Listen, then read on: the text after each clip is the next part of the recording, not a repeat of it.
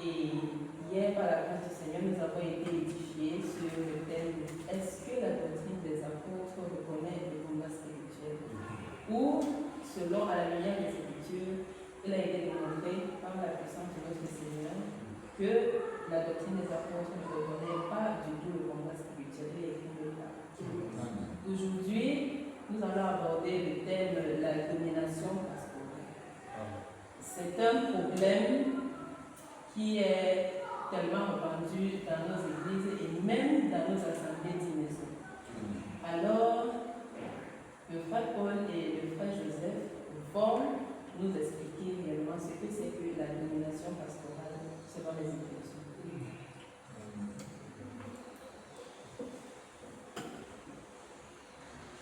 Amen. Une fois de plus, bien-aimés dans le Seigneur Jésus-Christ, grâce et paix nous soient multipliées. Amen. Nous saluons l'Assemblée de nos collègues. Amen. Nous saluons les anciens, nous saluons la communauté des saints. Alléluia. Que la grâce et la sagesse de notre Père continuent de vous inonder. Alléluia. Donc, ma soeur bien-aimée, avant toute chose, je vais d'abord remettre la parole à l'enseignant.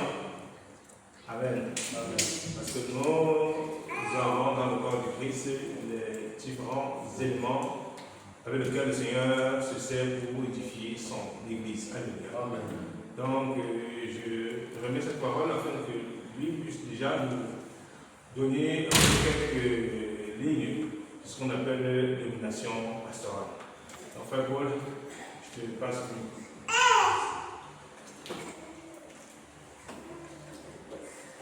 Salutations fraternelles à l'Église des Saints de la localité de Quinquelin. Donc je crois que en tant que les Saints, nous ne possédons aucune vision, mais nous sommes dans la vision du Seigneur. Donc à savoir, aujourd'hui, on fait le constat que dans plusieurs églises, alors tous ces prédicateurs disent qu'ils ont reçu des visions et qu'ils conduisent le peuple selon la vision qu'ils ont reçue. Mais nous, en tant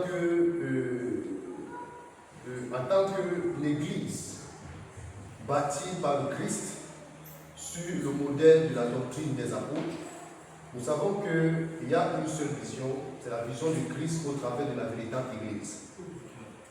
Et cette vision a été révélée et manifestée au travers des apôtres et des prophètes, et Christ étant la pierre angulaire, à savoir la véritable vision.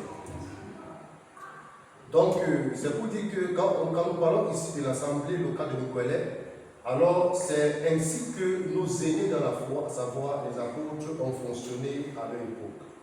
Donc nous sommes une continuité de ce que les apôtres ont commencé à faire par le Saint-Esprit. Donc par rapport à la question de notre bien-aimé, parce que le but principal c'est pour édifier, c'est pour construire, c'est pour que les écailles de l'incrédule puissent tomber et que la véritable connaissance puisse jaillir dans l'esprit des hommes. Donc, au niveau du thème, le thème par la grâce du Saint-Esprit, nous allons expliquer. Quand je dis nous, c'est juste ça, c'est la forme, mais au fond, c'est le Saint-Esprit qui va expliquer. Amen. Voilà, donc la domination pastorale. Donc d'abord, il faut comprendre que quand on parle de domination, la domination s'explique dans plusieurs aspects. Parce que même au niveau, aujourd'hui, il y a la domination conjugale, il y a la domination dans la politique, il y a la domination dans plusieurs activités. Mais ce qui nous intéresse, c'est la domination pastorale. Donc, quand on parle de pastorale, on touche directement les affaires spirituelles. Amen. On touche directement des choses qui concernent Dieu. Alors, on comprend ici que quand on parle de domination pastorale, alors d'une manière simple, donc, pour avoir une explication simple, ça veut dire la domination du pasteur sur les laïcs. voyez, la domination du pasteur sur le peuple ou la domination du pasteur sur les brebis. D'abord, nous comprenons que d'abord le thème, rien qu'en écoutant le thème, cela nous montre que quelque part il y a l'erreur. Parce que quand nous lisons les Écritures, nous connaissons que le chef de l'Église, on parle d'église, on parle de l'ensemble de toutes les brebis qui ont été engendrées par le même esprit que le Saint-Esprit. Donc, comprendre que quand on parle de domination, celui qui doit dominer sur les brebis, c'est celui à qui appartient les brebis. Donc, ce qui veut dire, c'est Christ qui a la domination sur les brebis. C'est pourquoi lui-même étant sur la terre, dans Jean chapitre 10, verset 27 à 28, il a dit « mes brebis ». Donc, à savoir, ce ne sont pas les brebis du pasteur, c'est les brebis de Christ. Donc, la domination ne revient pas au pasteur, mais la domination revient à Christ qui est le chef de ce corps. Amen, Église. Donc, on dit domination pastorale. Donc, dès l'instant, déjà, on comprend que le pasteur a la domination sur le peuple. Alors, comprenez que ce n'est plus Dieu. Je crois que nous allons développer pour que vraiment ceux qui vont nous suivre, qu'ils soient en Afrique, qu'ils soient en Europe, qu'ils soient en Asie, qu'ils soient même ici au pays, je crois que le Seigneur leur fera grâce que les écailles de l'ignorance puissent tomber. Parce que le pasteur, la domination pastorale, si vous le permettez, avant de remettre le micro à notre bien-aimé serviteur, le frère Joseph, je vais lire une portion de l'Écriture. Parce que nous sommes ici, nous ne voulons pas exposer nos pensées, mais nous voulons simplement exprimer la pensée de Dieu au travers des Écritures. Amen. Donc nous prenons ici le livre de 1 Pierre. 1 Pierre chapitre 5.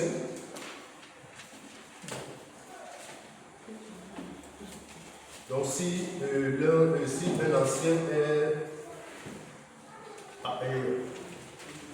ok, je crois que c'est moi dans le micro. 1 Pierre chapitre 5.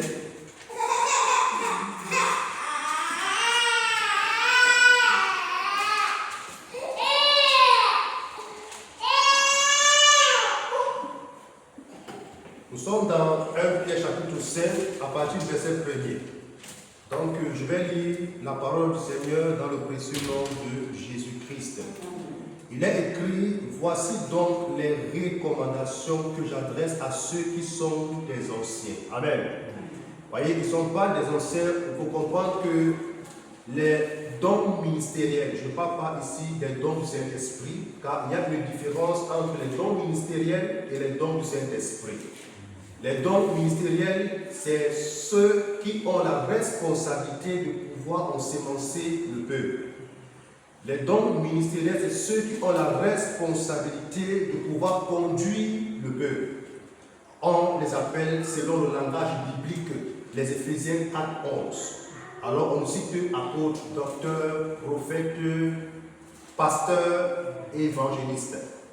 Alors, on parle des dons du Saint-Esprit. Alors, dans le don du Saint-Esprit, alors nous avons 1 Corinthiens chapitre 12, verset 1er au verset 12.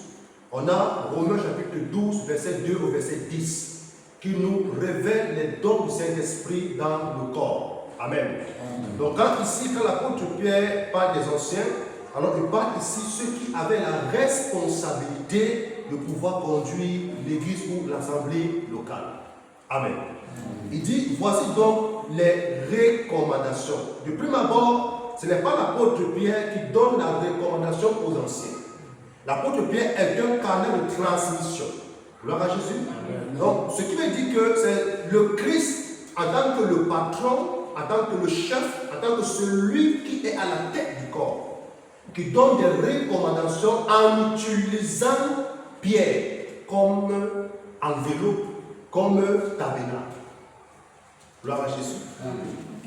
Donc, voici donc les recommandations que j'adresse à ceux qui sont anciens parmi qui? Parmi vous.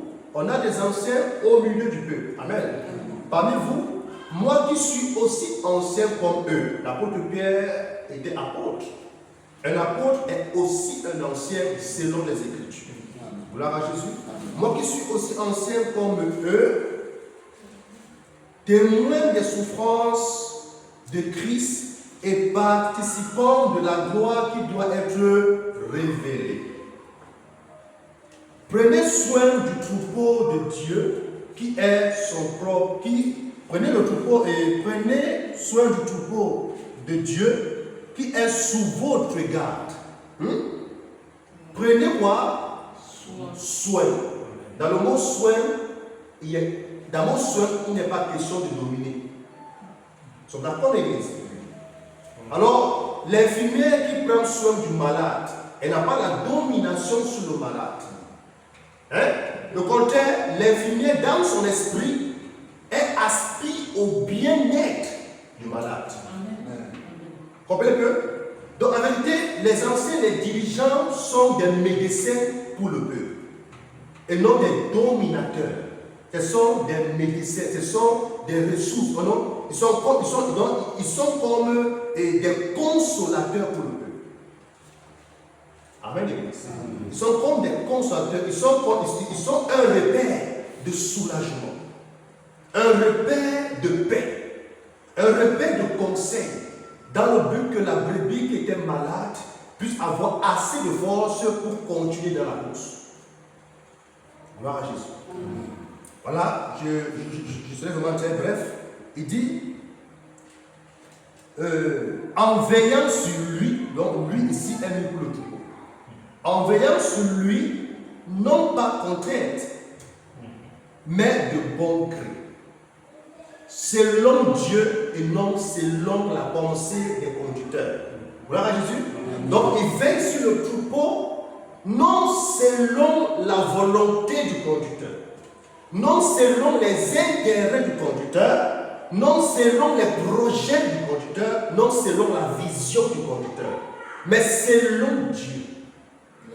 Donc on comprend ici qu'il n'est pas question de domination, mais il est question de leur révéler au peuple la pensée et la volonté de celui qui a engagé le conducteur. À savoir, le conducteur a un patron que le Saint-Esprit qui est Christ. Alors, le conducteur ne doit pas conduire la brebis selon lui, mais selon les instructions qu'il a reçues de son patron qui est Christ. Gloire à Jésus. Voilà. Il dit,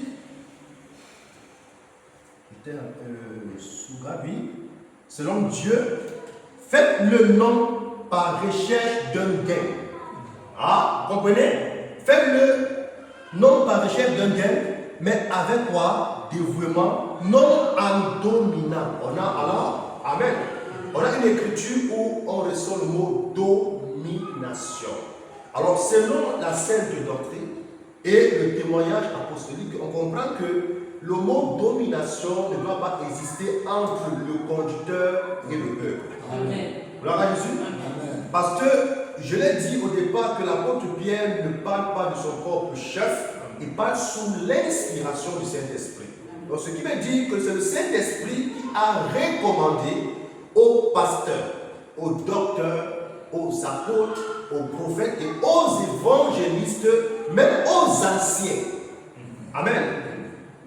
De ne pas dominer sur le troupeau. Donc, dès l'instant où dans une assemblée locale, il y a déjà la domination du pasteur sur les brebis, alors comprenez, même sans avoir la révélation, alors comprenez que ce n'est plus Dieu.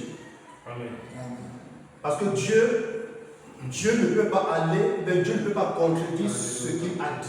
Si Dieu a dit pas de domination, Dieu va rester sur ce qu'il a dit. Gloire à Jésus. Donc non en dominant sur eux, donc on va dominant sur eux.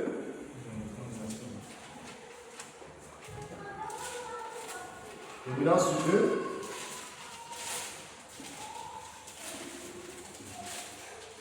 Dominant sur eux, merci beaucoup frère, il dit dominant sur eux, qui vous sont confiés.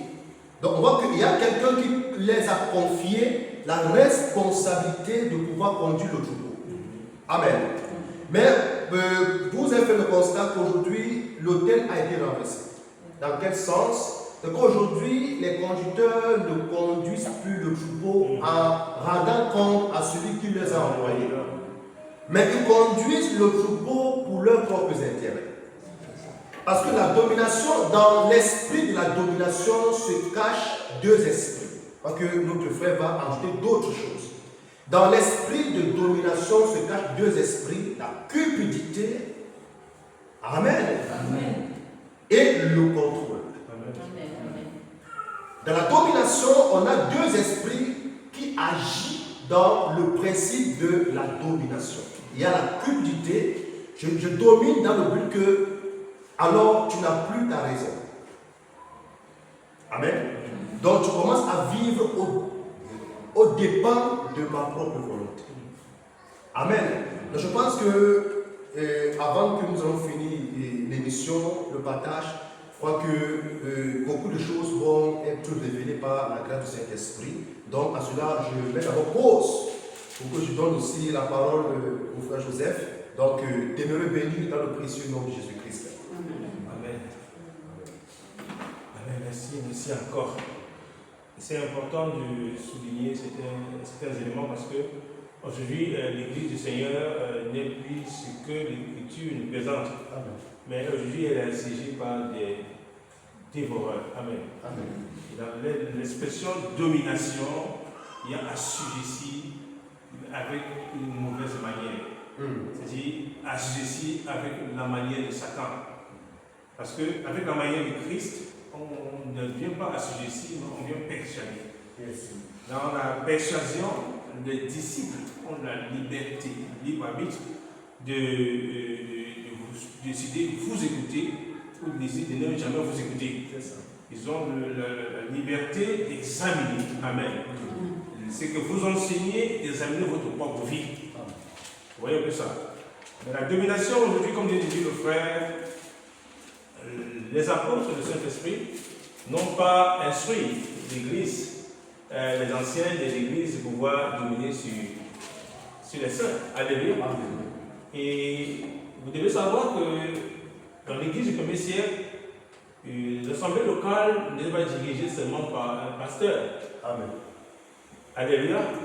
L'assemblée locale est dirigée par le Saint-Esprit sous la direction des anciens locaux. Amen.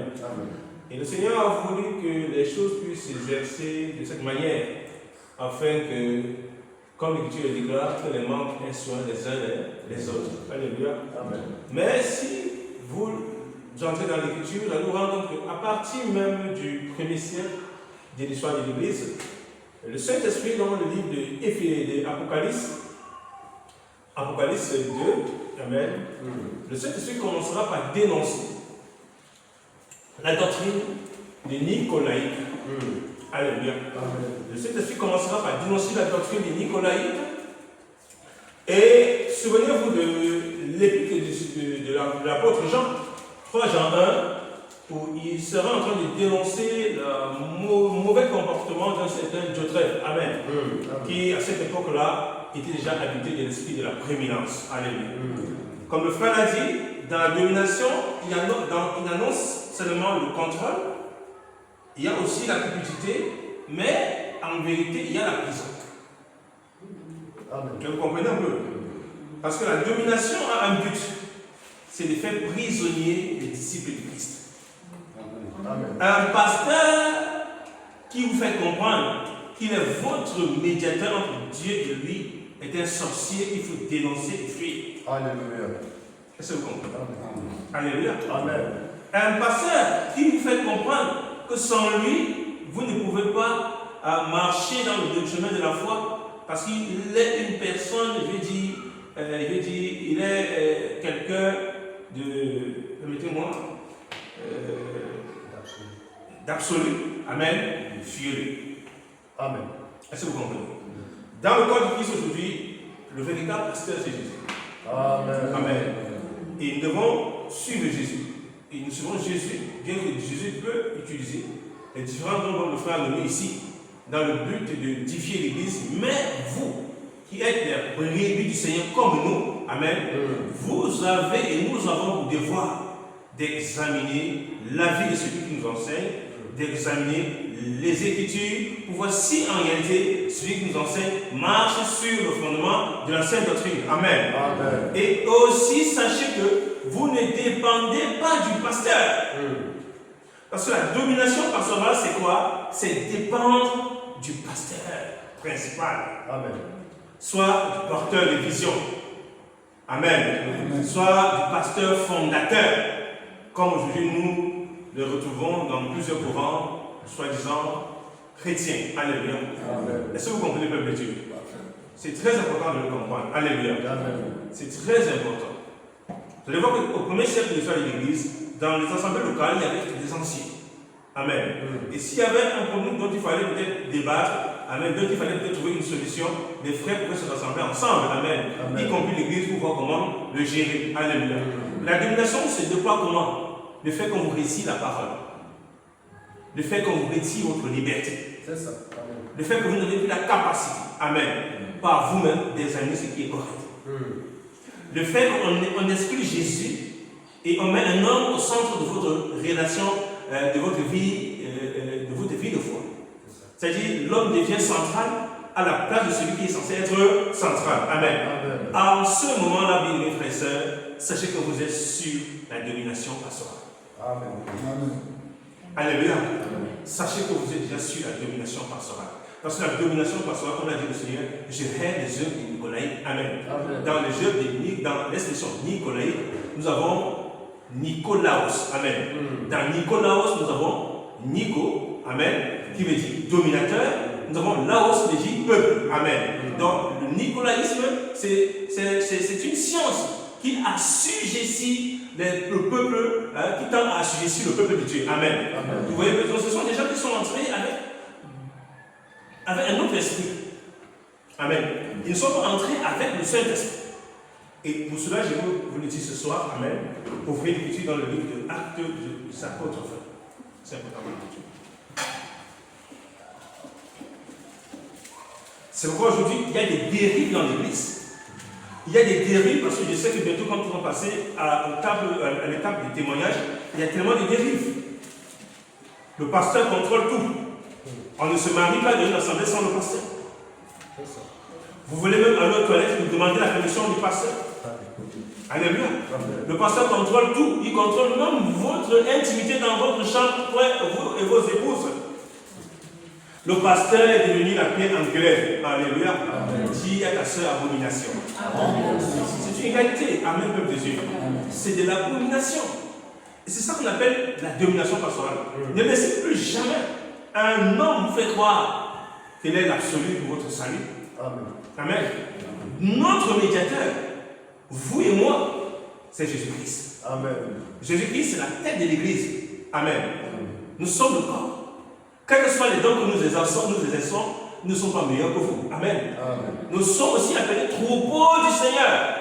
Comment parmi le troupeau, certains vont donc s'élever. Alléluia. Nous en reviendrons avec les écrits d'Ignace d'Antioche et les écrits des Cypriens de Carthage. C'est là-bas que nous allons trouver ce qu'on appelle la préparation au sacerdotalisme.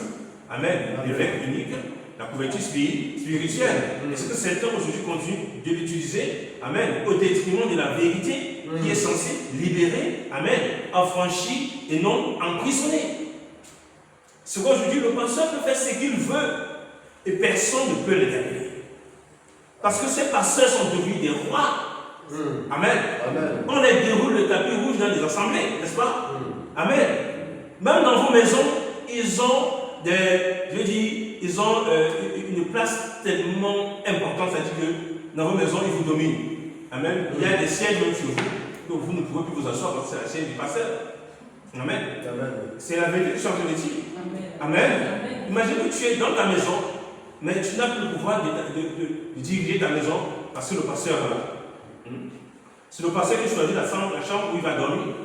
C'est le pasteur qui choisit la chambre où toi tu peux dormir. C'est le pasteur qui choisit ce que vous pouvez faire désormais dans votre maison avec votre liberté. Donc il n'y a plus de liberté. Amen. C'est ça la domination. Le pasteur est capable de venir chez toi et dire, va te coucher au salon, moi je vais me coucher dans la chambre. Amen. Vous le faites. C'est ce qu'on appelle la domination. Parce que la domination n'est pas autre chose que la sorcellerie. Amen. C'est comme je dis, je hais les œuvres des Nicolaïtes. Amen. Alléluia. Les œuvres des Nicolaïtes, c'est une science mystique qui vise à assujettir, à dominer, à écraser. Amen. Amen. Vous voyez un peu ça? Alors le Seigneur m'a dit, le bon berger donne sa vie pour ses brebis, mais le mercenaire, lorsqu'il vient, amen, il vient pour faire comment? Voler et... Vous voyez que derrière ces pasteurs, beaucoup se sont fait voler, n'est-ce pas? Beaucoup se sont fait égorger, n'est-ce pas? Beaucoup se sont fait détruire, n'est-ce pas? Alléluia. Donc la domination pastorale est tout simplement diabolique. Amen. Il doit être rejeté. Amen. Dans toute assemblée, quel que soit le lieu où vous vous rassemblez, il faut bien qu'on comprenne une chose. Avoir une responsabilité nôtre dans le corps de Christ, cela ne vous met pas au-dessus de l'Église. Amen. Cela ne vous élève pas au-dessus des autres. L'expression clergé et laïque est une expression, je vais dire, sortie purement de l'enfer. Parce qu'elle a servi à la destruction et non à l'édification du corps de Christ. Amen. Ça fait des uns le clerc, ça fait des autres des gens profanes. Amen. Parce que le clerc, c'est les héritiers. C'est l'expression, dans son expression, dans son étymologie, cela nous renvoie seulement aux héritiers. Amen. À ceux qui sont sanctifiés. C'est pourquoi ils sont appelés clercs, d'où naît l'expression clerc, clergé. Et dans le clergé, il y a cléricalisme. C'est ça. Amen. Et dans le cléricalisme, on peut sortir le nicolaïsme. C'est ce qu'on fait. Amen. Donc on va lire ici, partie sa porte ouverte. Bon, merci bien-aimé. Parce que j'ai appris beaucoup de choses, frères et sœurs. Et moi, je suis sidéré, j'ai appris des abominations, des choses telles que le pasteur peut contrôler une assemblée au point où le pasteur contrôle le foyer. Et j'ai appris un parent qui se plaignait de ce que dans sa maison, sa femme n'obéit qu'au pasteur. C'est le pasteur qui dit à sa femme comment se coucher dans la chambre de son mari. Le mari lui-même est dépassé. Amen. Nous avons appris de telles choses. Comment ça, tout Dieu? Comment ça, comment vous laissez, amen, des dévoreurs, des prédateurs arriver à ces points dans vos vies? Un homme n'est pas mauvais. Un pasteur n'est pas l'absolu. Amen. Si quelqu'un est pasteur et que tu déclares, le plus grand sera votre serviteur. Amen. S'il n'est pas serviteur, s'il n'est pas reprochable, amen. S'il mène sa vie comme il veut et vous oblige à vous soumettre, sachez que vous avez en face de vous un loup ravisseur. Amen. Vous avez en face de vous un dévoreur. Alléluia. Vous avez en face de vous un dominateur. Acte des apôtres. Paul disait, au verset 17.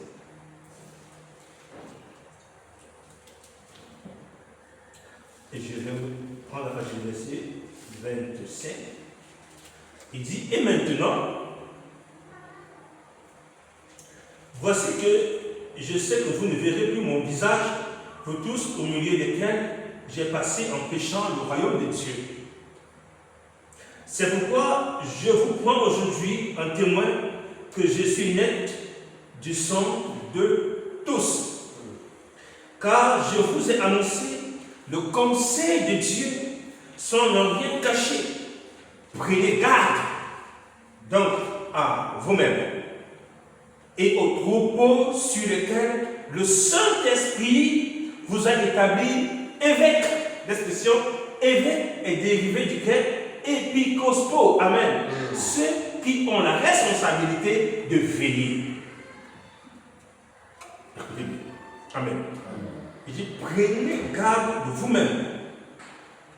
Prenez garde du troupeau. Ça veut dire que même les anciens ne sont pas épargnés.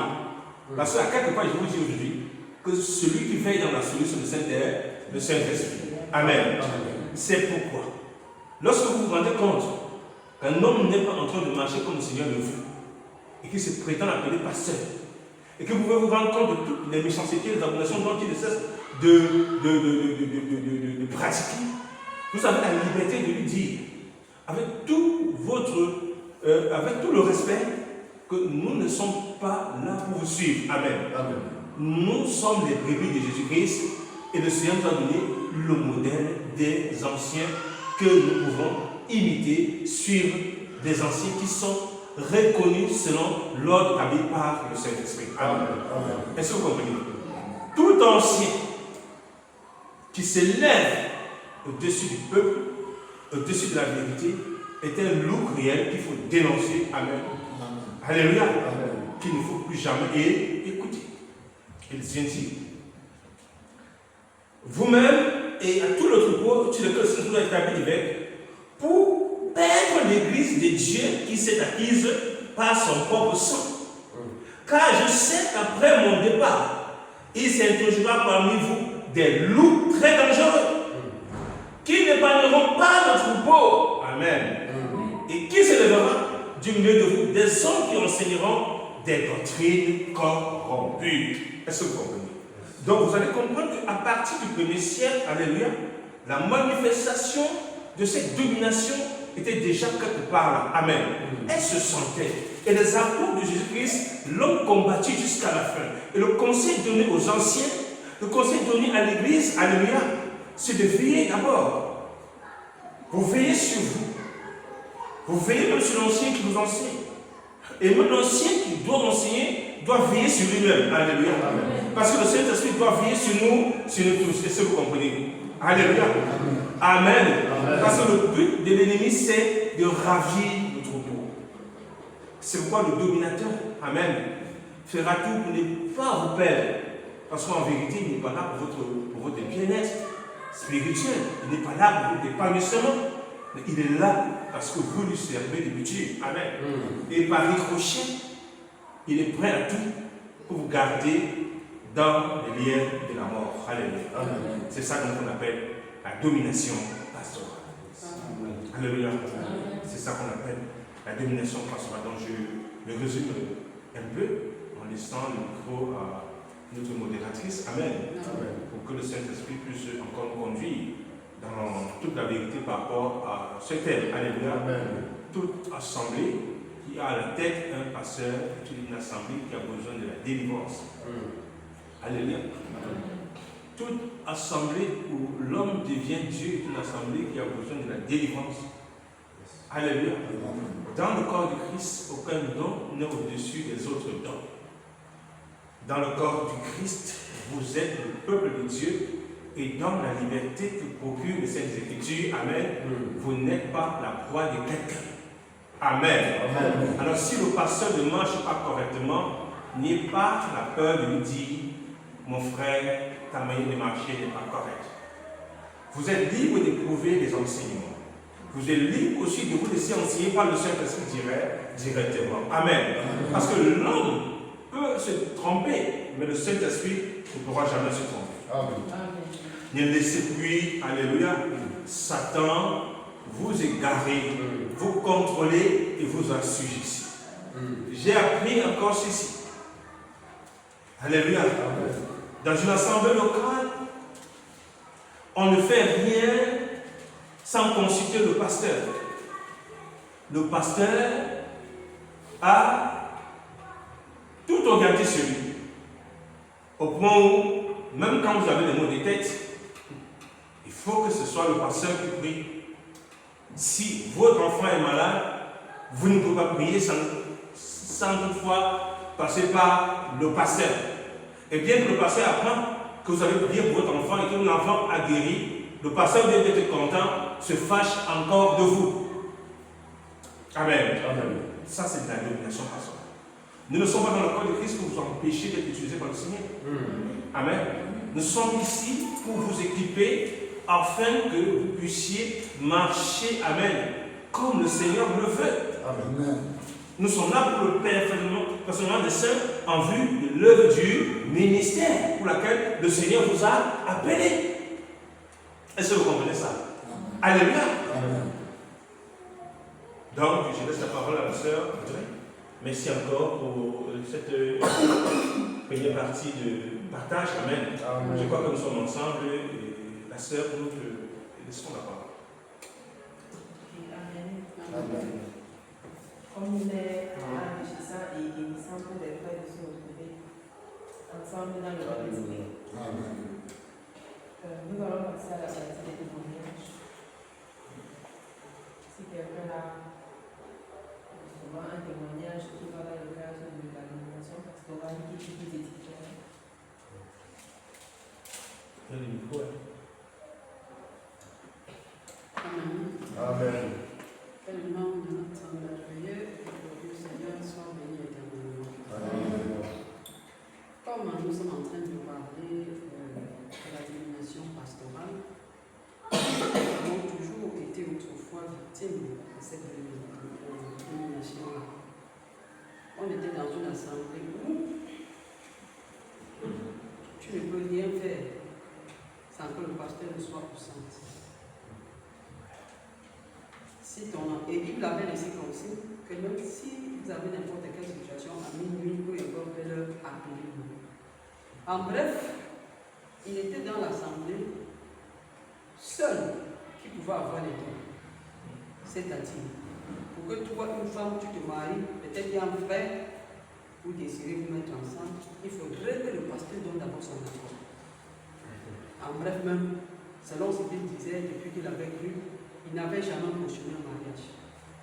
Donc les gens étaient motivés dans l'église même à vivre des choses bizarres. Pourquoi? Parce qu'il fallait que ce soit lui qui soit la centrale. À décider si tu peux te mettre ensemble avec tel ou avec tel. Il peut même dire que tel il est trop chiche, tu te mets ensemble avec lui, il ne peut pas s'occuper de toi. La centrale, c'est-à-dire même quand il fallait que les femmes accouchent dans l'assemblée, il faut appeler le pasteur. Ils vont se rendre à l'hôpital. Lui-même, pendant qu'il les exhortait, il pouvait dire que les femmes, ses enfants vont déjà fait tout voir. Parce qu'il a vu les parties intimes de la femme. Pourquoi? Parce que la femme voulait accoucher. Or, il y a les autres sœurs. Ce n'est pas en suivant la situation du prêtre que tu peux prier et le Seigneur t'exauce. Même étant chez toi, la personne peut être accompagnée par une sœur. Et puis même tu pries, le Seigneur va faire ce qu'il a fait parce qu'il est fidèle. Donc il fallait donc une marche derrière les femmes dans les hôpitaux, les femmes dans les voitures, dans la douleur, elles vont gesticuler, elles vont balancer les pieds par là-bas, balancer les pieds par-ci. Bref, c'est lui-même, pendant l'exhortation, qui nous racontait comment il a déjà tout vu au travers de l'hôpital. Donc il était tellement un dominateur que l'église était remplie au moment de d'hypocrites. Pourquoi? Parce que tout à l'heure le frère Joseph a dit que nous devons également regarder aussi la vie de ce berger qui conduit le troupeau. Par exemple, quand tu veux voir ces enfants dans la désobéissance, la détutesse et tout, lorsque tu veux poser la question, il te dit non, vous n'êtes pas venu ici regarder mes enfants, vous êtes venu ici écouter la parole de Dieu, vous n'êtes pas venu regarder mes enfants. C'est la parole de Dieu que vous êtes venu écouter. Alors nous comprenons même au travers des Écritures que le berger doit d'abord être un modèle. Tu ne peux pas enseigner aux enfants des autres ce que tu ne peux pas enseigner à tes enfants. Franchement, il nous disait comment non, il ne peut pas participer au péché de ses enfants, non, ils sont rebelles à la parole de Dieu, non, on les parle, ça ne les gratte pas, non, ça ne les gratte pas. Mais il pouvait aussi rassembler les enfants des autres pour essayer de parler, alors que chez lui, ça ne va pas. Donc on était tellement dominés. Toi, une femme païenne dans l'église, c'est lui qui va te donner la conduite à tenir avec ton mari. Comme une sœur me racontait comment c'est lui qui disait comment avec son mari, même dans l'intimité, comment ça doit se passer. C'est une sœur qui me racontait cela. Bref, il était la centrale de tout. Parce que c'est lui seul qui était converti, parce qu'il pouvait même se lever en pleine assemblée et poser la question, qui a le Saint-Esprit parmi nous? Qui a le Saint-Esprit? Donc, dis-moi, c'est lui qui a le Saint-Esprit. Donc, c'est lui qui est censé tout faire dans la vie des fidèles. Et comme je vous ai dit encore tantôt, l'église était remplie d'hypocrites. Pourquoi? Parce que lui, en tant que prédicateur, il ne faut pas faire ce qui ne marche pas et que tu l'approches pour lui dire non, frère, telle chose que tu as fait, ce n'est pas correct. Il va attendre de monter dans la chair pour la prédication, te porter mettre au centre. La prédication sera centralisée sur toi, du début jusqu'à la fin. Ce qui fait donc que les filles, à un moment donné, n'importe qui avait peur de l'approcher et dit que non, ici, c'est pas bien, c'est pas bien. Bref, mon frère, mes frères, mes soeurs, c'est comme c'était de l'envoûtement même. Parce qu'à la limite des Écritures, même, tu regardes les choses qu'il faisait, c'est pas conforme à la parole, mais on est toujours là. Ce qui a fait décider donc une race d'hypocrites. Nous, c'était devenu le bouchadage, les mules, les signes, les sacs, tout le monde était plongé dans cette hypocrisie. Donc nous bénissons le Seigneur franchement pour sa merveilleuse parole qui nous éclaire et nous montre clairement que la domination pastorale est satanique. Parce que la brebis n'a pas sa liberté de s'exprimer. La brebis n'a même pas le temps de prendre son temps avec son Seigneur pour que son Seigneur lui enseigne. Tu vas te lever un matin pour ça, le pasteur te balance 50 versets. Tu n'as pas le temps toi-même d'aller devant Dieu. Or, il faut écouter tout ce que le pasteur te dit à la lettre. Et comme aujourd'hui, on peut bien entendre, où le pasteur m'a dit, personne ne te dira que voilà ce que le Seigneur me dit de faire. On te dira toujours, voilà ce que mon pasteur m'a demandé de faire. Mon pasteur a dit que, mon pasteur a dit que, mon pasteur a dit que. Donc franchement, nous sommes le Seigneur pour sa merveilleuse parole. Qui ne cesse vraiment de nous éclairer. Amen. Amen. Que Dieu soit avec nous. Amen. Amen. Oui, merci frères et sœurs de passer la parole. Et j'ai béni ce thème sur la domination pastorale. Oui, ce pasteur dont la sœur vient de faire mention nous a véritablement marqué. Nous étions dans la peur de pouvoir lui dire, bref, il était un gourou. Oui, il était un gourou.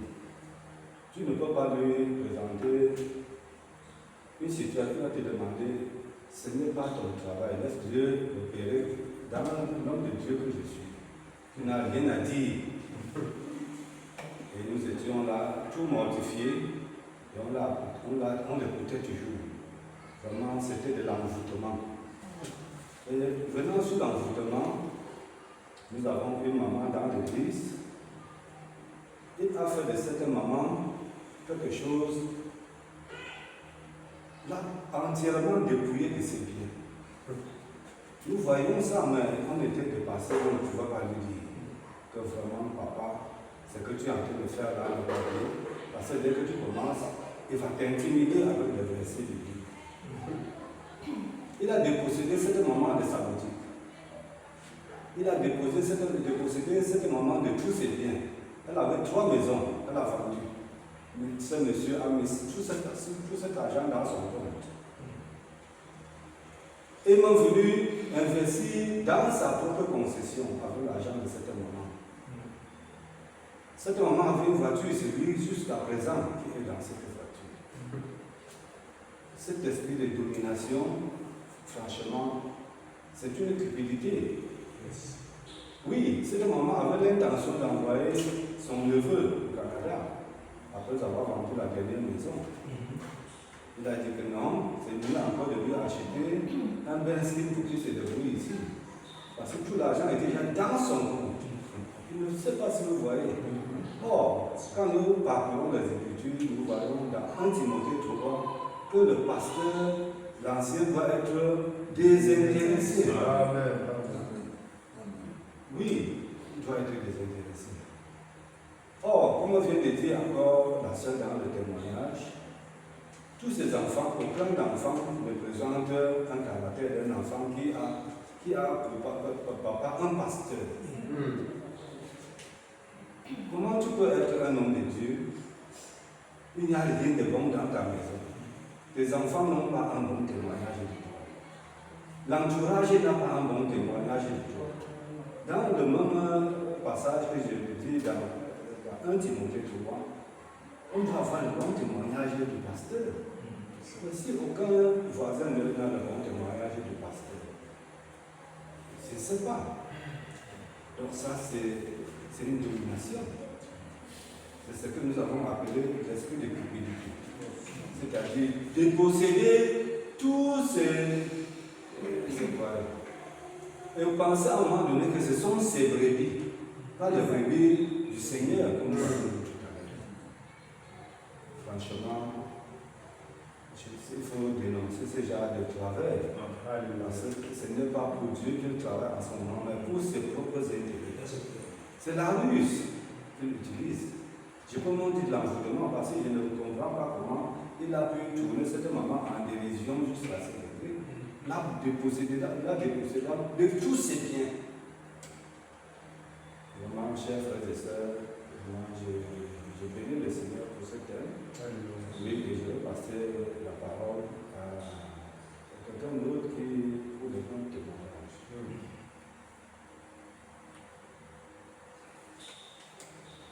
Je bénis le Seigneur notre Dieu qui a permis que nous nous rencontrions cette soirée à cause de la sainte doctrine qui nous rassemble comme son corps.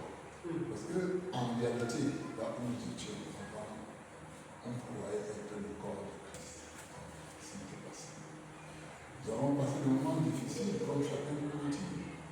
En réalité, nous ne sommes pas capables de dire ce que nous avons, surtout moi, ce que j'ai vu.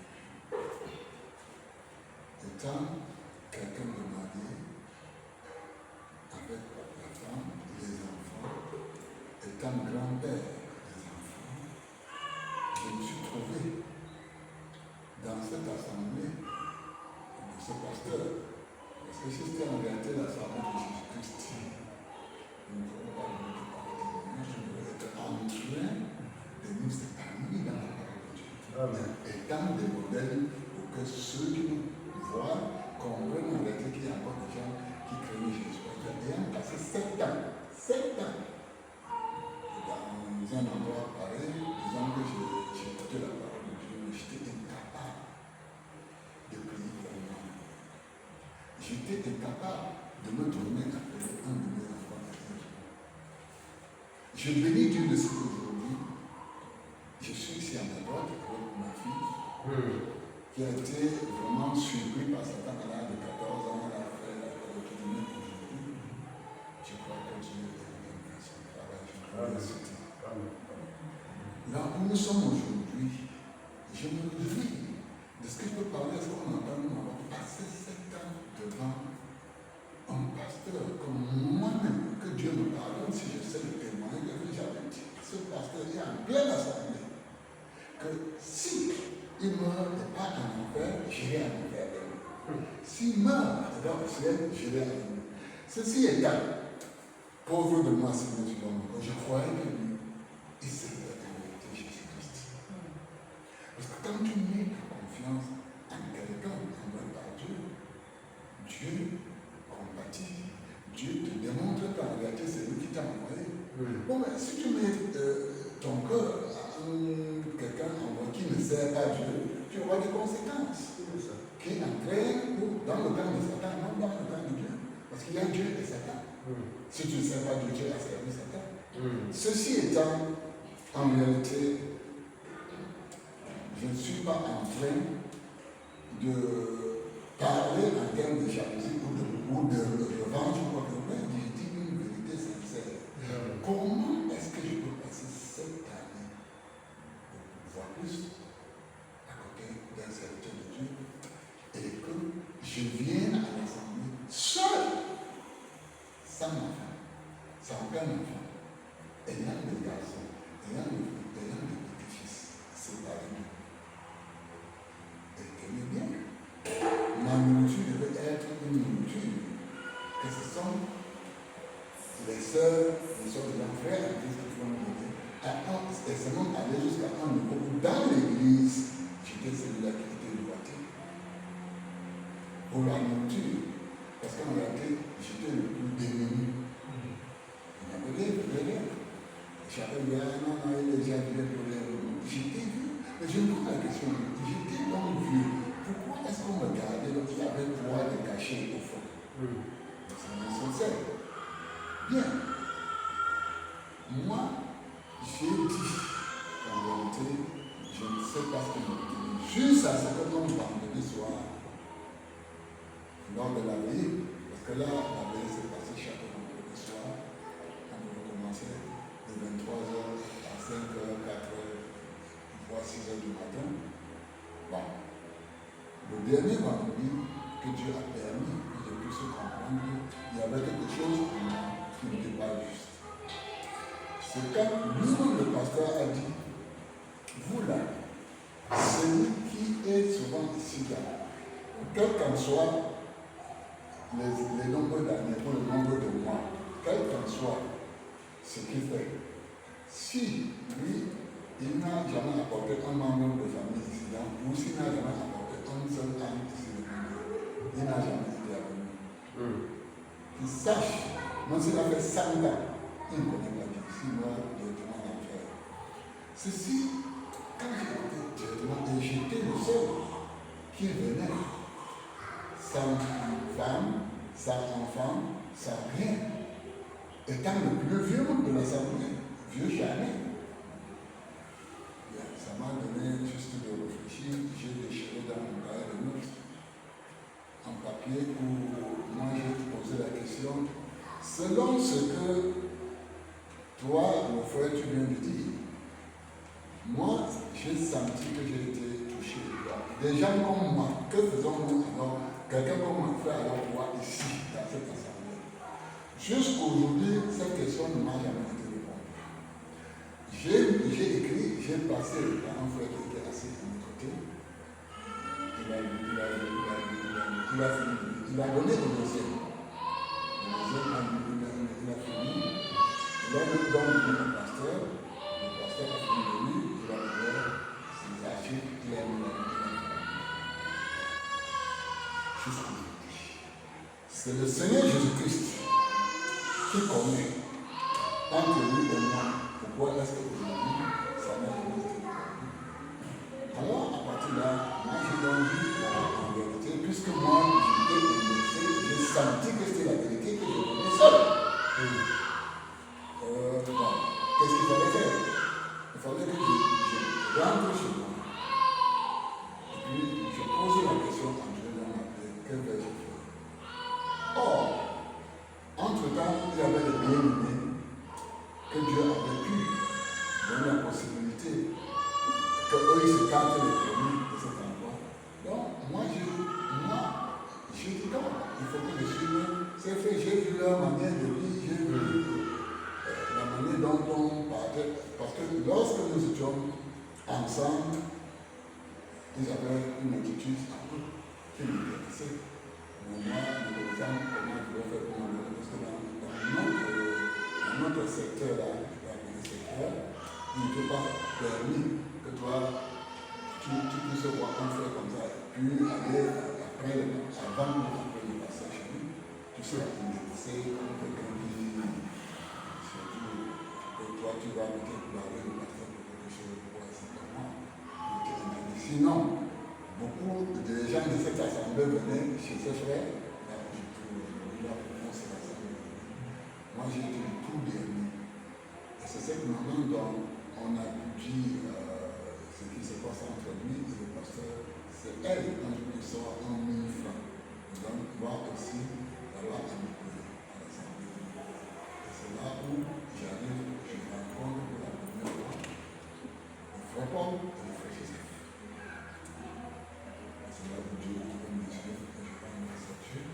Parce qu'aujourd'hui, je peux me lever chez moi, avoir une conscience tranquille, être capable de dire à Dieu merci pour la nuit que tu as permis que je passe. Aide-moi dans ce que je fais aujourd'hui. Parce qu'en réalité, on a été longtemps dans l'erreur. Je prie Dieu qu'il puisse encore visiter ce pasteur, que lui comprenne, qu'il se revoie encore.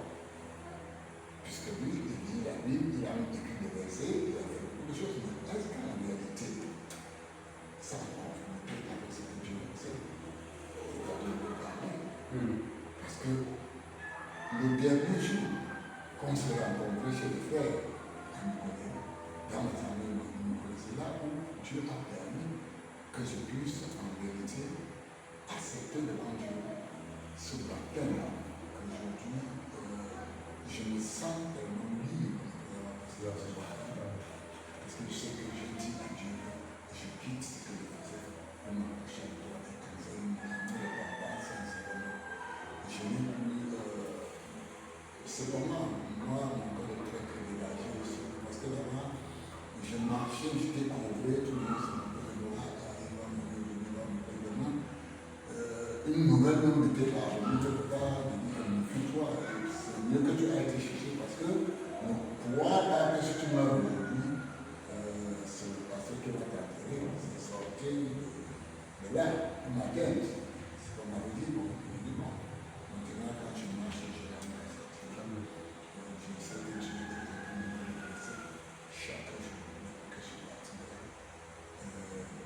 Vraiment, je suis très content de vous avoir parlé un peu de ce que Dieu m'a chemin faisant, s'il y aura la possibilité de donner des témoignages qui puissent édifier certains, je crois que j'aimerais juste être là-bas pendant 7 ans.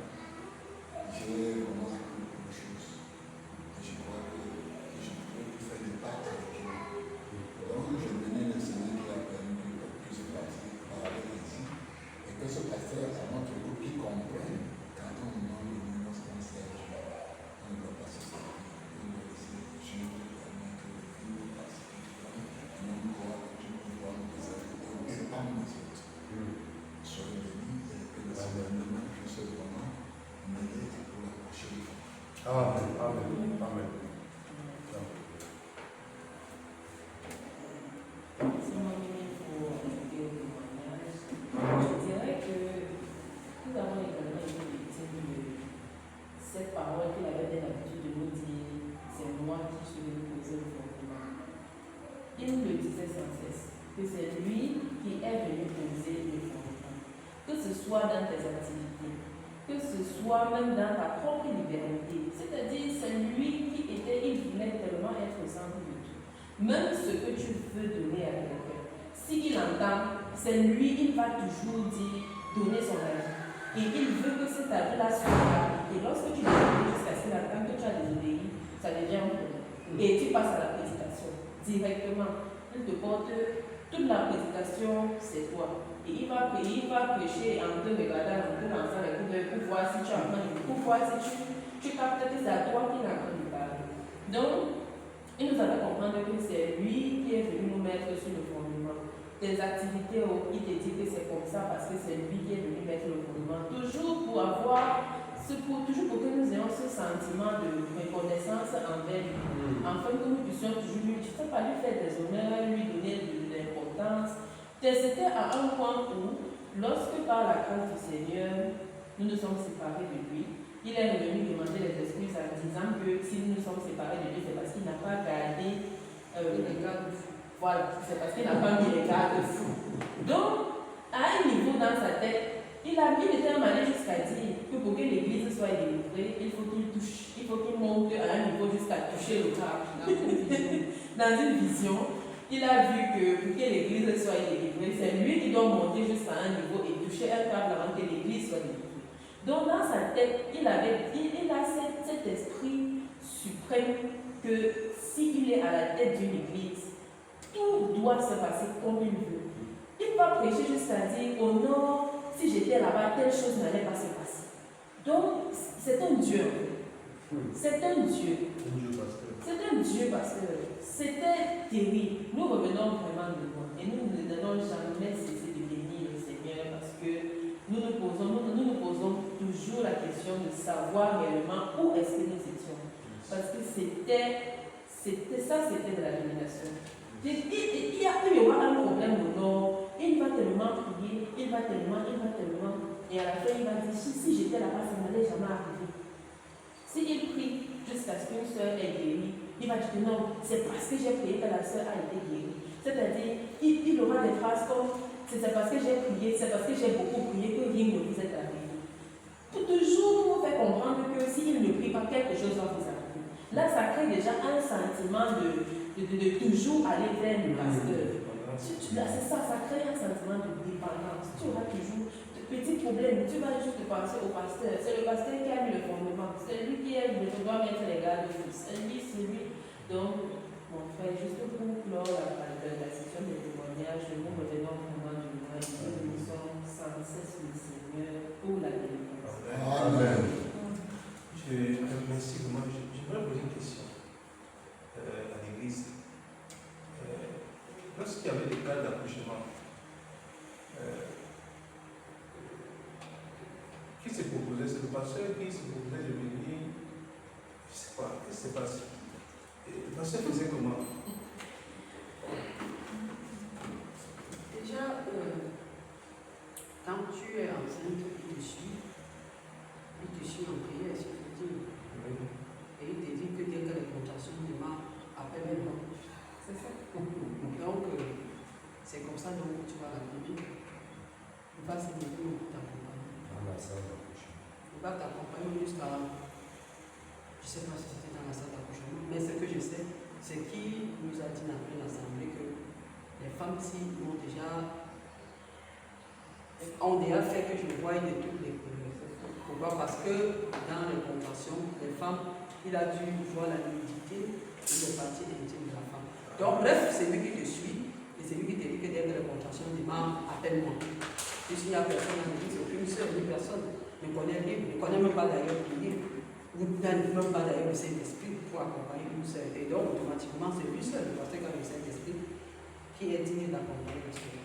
Et nous bénissons encore le Seigneur, si vous me permettez, de ce que nous avons compris, que lorsque un serviteur de Dieu vient nous tenir les versets, s'il fallait que le monde récite des versets pour aller au ciel, je crois que tout le monde entier sera au ciel avec la récitation des versets. Nous avons compris que la récitation des versets c'est bien, mais tout cela doit être accompagné par une vie qui reflète ces versets que tu es en train de lire. Donc aujourd'hui nous avons compris que pour écouter un pasteur, nous devons t'examiner et voir si c'est que tu enseignes, si toi tu marches en conformité avec cette parole. Sans toutefois chercher à enseigner, comme je vais citer un verset biblique, comme l'Écriture le dit bien, que vous les reconnaîtrez par leur fruit.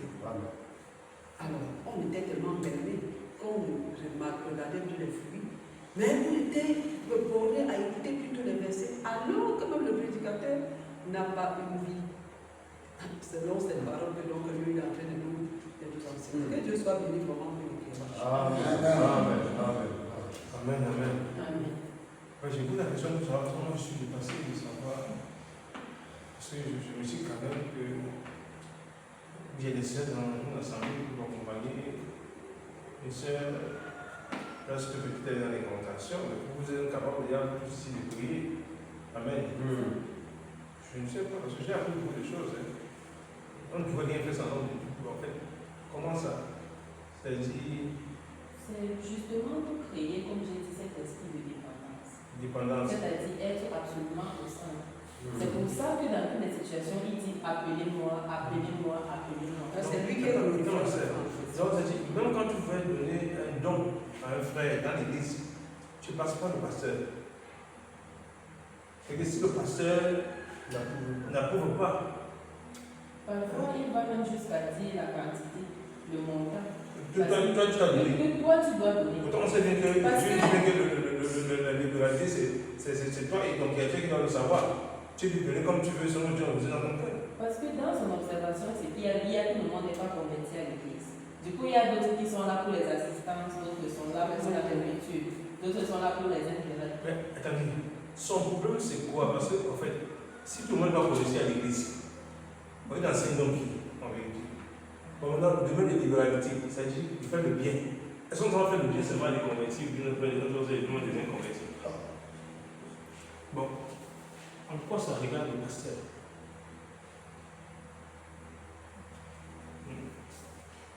Moi, quand j'écoute, je suis dépassé.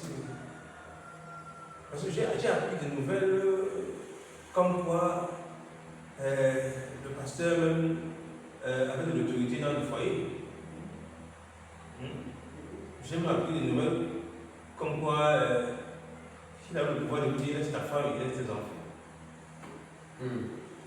Et je pose une question si quelqu'un n'a pas besoin des siens et des issues de sa famille, et que tu diras qu'il est pays qu'un infidèle a gagné, la foi, comment le pasteur peut amener quelqu'un à renoncer à. Je ne sais pas, je suis seulement dépassé. Mais c'est là qu'il faut comprendre qu'en vérité, aucun don ministériel n'est au-dessus du Saint-Esprit. Et aucun don ministériel n'est au-dessus du corps de Christ. Amen. Les dons sont pour vous servir, ils n'ont se fait servir, ils n'ont vous dominer. Amen. Parce que ce qui est sûr, quand vous dites qu'il a posé le fondement, quel fondement il a posé? Parce que le fondement, Christ a déjà posé le fondement par les apôtres. Il a posé, même s'il a posé même le fondement, est-ce qu'il doit se glorifier de ce fondement? Est-ce que c'est son fondement? À part si c'est son fondement, le fondement de Christ, je pose la question, est-ce qu'il doit se glorifier de ce fondement? Au point de vous rappeler chaque jour que j'ai posé le fondement. C'est-à-dire que même dans ton travail, il te fait comprendre qu'il a posé le fondement. C'est-à-dire que tu veux exercer un travail, tu dois informer le pasteur. tout ce que tu fais, le pasteur au contrôle, au courant. C'est pour le moment, Seigneur, c'est grave. Alléluia. Et ce que j'ai aussi appris, c'est que vous n'avez pas le droit de répondre au pasteur. Si le pasteur fait ce qui n'est pas correct, vous n'avez aucun droit de réponse. Papa. Oui, frère, ta question, effectivement, nous n'avons véritablement pas le droit de lui poser une question, ou même de lui faire une remarque. Mais j'ai été courageux de lui dire que papa, tu es en train de posséder cette maman. Il m'a taxé de jaloux pour son héritage. Il m'a dit que c'était son héritage. L'héritage du pasteur? Oui. Que j'étais jaloux parce que ce n'est pas à moi que cet héritage a été dirigé. Donc, vous comprenez, nous avons dit le passage de 1 Timothée 3, dont j'ai fait allusion tout à l'heure, j'ai fait un peu lire ça. Cette parole est certaine. Si quelqu'un aspire à la charge d'évêque, ou désire une œuvre excellente, il faut donc que l'évêque soit irréprochable. Marié d'une seule femme, sobre, modéré, réglé dans sa conduite, hospitalier, propre à l'enseignement. Là où nous partons maintenant au verset 3, c'est extrêmement important. Il faut qu'il ne soit ni abonné au vin, ni violent. Et je veux vous dire que la violence, c'était son partage. Puisqu'il a pourchassé son enfant avec une latte pour lui cuisser le poulet. Mais indulgent, pacifique et désintéressé. Amen. Quand on dit désintéressé, cela veut dire que, et j'ai aussi eu le courage de lui dire que tous les biens de cette maman n'ont profité qu'à toi. Parce que cette maman avait une boutique au marché central, un restaurant, où elle employait des gens. Tu les as tous chassés pour que ta femme et tes enfants viennent rester là-bas. Ceux-là aussi avaient besoin de cet argent pour vivre aussi, mais tu les as chassés. Mais cet argent que tu as pris au point d'investir dans ta concession a aidé qui? Pour en dehors de toi. Et sa famille. Et ta famille. Voilà, donc, si tu n'es pas désintéressé, tu ne vas pas être un bon pasteur. Il faut qu'il dirige bien sa propre maison. Nous avons vu dans le témoignage tout à l'heure qu'il ne s'entend encore de ses enfants. Et nous l'avons interpellé à ce sujet. Nous a dit que venez écouter la parole et partez. Qui es-tu pour t'interroger sur l'état de ma maison? Les gens de quartier nous ont interpellés aussi pour dire, mais vous faites quoi chez le monsieur? C'est le plus méchant du quartier. Oui. Franchement, on dit, et qu'il tienne ses enfants dans la soumission et dans la parfaite honnêteté. Car si quelqu'un ne sait pas diriger sa propre maison, comment prendra-t-il soin de l'église de Dieu? Vous comprenez? Donc, nous comprenons dans ce passage de 1 Timothée que franchement, si tu ne réunis pas toutes ces conditions, il ne vient pas dire que tu es pasteur. Quand tu es berger, tu ne peux pas perdre le troupeau de Dieu. Merci. Ce qui est même important, c'est qu'on dit qu'un ancien doit être désintéressé, n'est pas attaché au cœur. Mais quand tu dis là que l'ancien a été attaché au cœur, l'argent, ce moment n'a servi à lui seul. Hein? Et j'ai appris que cette maman avait des nièces. Hein? C'est ça,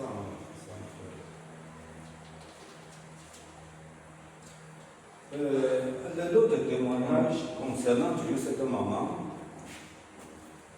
quand cette maman était malade avec sa maison qui était à Bilonguel, il est allé carrément rester chez cette maman. Mais ce qu'il a fait là-bas était abominable, parce que cette maman vivait avec sa nièce, qui avait accouché dans la maison. Et cette maman, ce monsieur a tout fait jusqu'à chasser sa nièce de la maison. alors qu'ils ont toujours vécu ensemble. Vous voyez jusqu'à quel point. Or, il dort chez cette maman parce que cette maman avait un peu d'argent. Il n'a jamais mis les pieds chez les autres membres qui étaient malades. Ils sont pauvres. Parce qu'ils sont pauvres. Et du coup, cette maman a été baptisée maman du ciel. Parce qu'elle avait Oui. Et la sœur qui lui donnait aussi un peu était la sœur du ciel. Nous étions donc les frères de la terre. Parce que nous n'avons pas de moyens pour être aussi, pour grimper arriver au ciel. Merci beaucoup.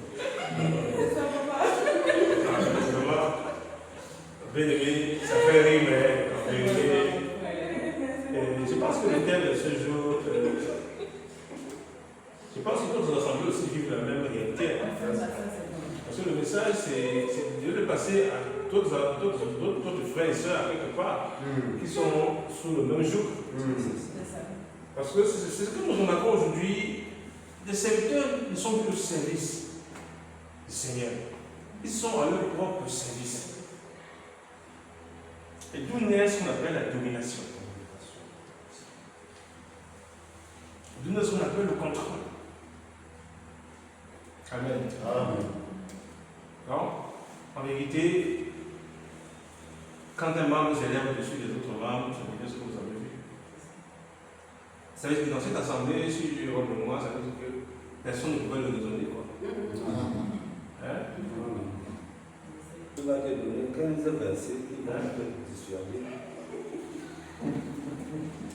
Alléluia. Nous faisons cette émission pas dans le but de se venger, ce n'est pas une vengeance, mais dans le but de ce que la vérité soit révélée. Amen. Et le but est que cette mission puisse vraiment toucher un grand nombre et appeler certains soi-disant pasteurs ou prophètes, apôtres ou docteurs vraiment à la repentance. Alléluia. Parce qu'aujourd'hui, dans le corps de Christ, elle est vraiment infiltrée, n'est-ce pas? Pas des loups. Amen. C'est ça le loup. Le loup, qu'est-ce que fait le loup, Vanessa? Le loup fait tout pour cibler quoi? La brebis. Amen. Mais quand le loup, lui, ce n'est pas là pour protéger la brebis, hein. Ce n'est pas son devoir, mais c'est de dévorer la brebis. Donc, lorsque vous êtes assujetti, dominé par un individu, Amen. Vous êtes désormais dévoré. Alléluia. Amen. Que Dieu vraiment continue de nous aider à sortir, Alléluia, du filet du nicolaïsme. Alléluia. Amen. Du sacerdotalisme humain. Alléluia. Jésus-Christ est notre médiateur à nous tous ici. Alléluia. Et je pense que vous avez le devoir, le plein devoir d'examiner à la lumière des Écritures tout ce qu'on vous enseigne. Vous avez le devoir, le plein devoir de nous laisser enseigner par le Saint-Esprit lui-même, qui est le meilleur des enseignants. Amen. Vous avez le devoir aussi de vous sentir libre d'écouter, de ne pas écouter quelqu'un lorsque vous vous rendez compte que sa manière de marcher n'est pas conforme à la doctrine du Seigneur Jésus-Christ. Alléluia. Amen. Vous êtes aussi libre de penser par vous-même. Vous pensez par vous-même, ça veut dire, à quelque part, vous ne pouvez pas suivre l'orientation d'un homme. À mon propos, vous dites à l'homme, non, moi je suis d'accord ici, parce que moi je pense que selon l'Écriture, voilà l'orientation. Amen. Vous n'avez pas pensé par soi-même. Alléluia. Donc je voulais conclure pour m'arrêter et c'est la parole à notre soeur. Amen. Papa, j'ai dit quelque chose, que tu étais prêt à mourir. Tellement tu as mis la confiance dans ce pasteur, tu es prêt à s'il allait en enfer, tu vas en enfer avec lui, le Seigneur avec lui. Je vous dis aujourd'hui, ne mettez plus jamais votre confiance dans un homme.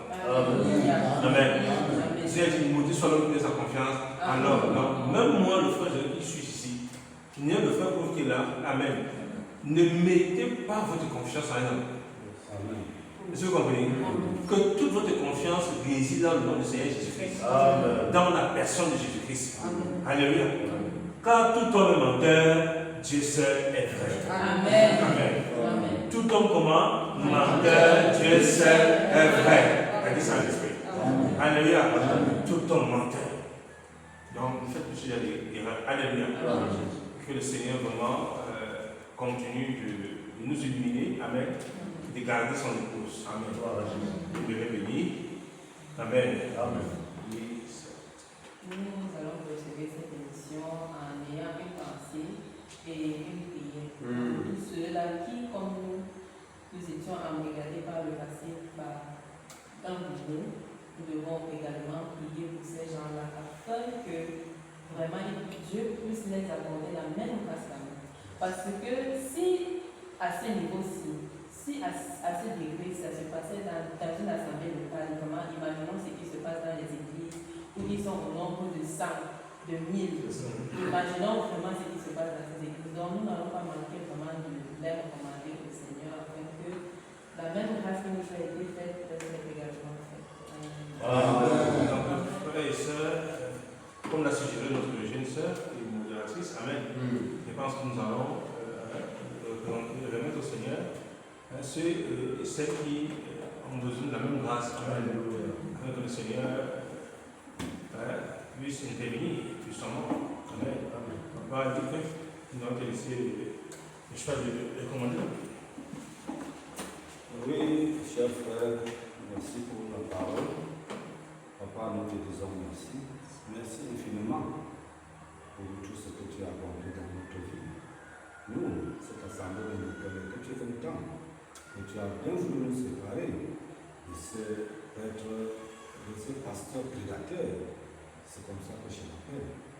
Oui, tu as bien voulu nous séparer de lui. Car tu as voulu que nous choisissions de vivre dans la saine doctrine.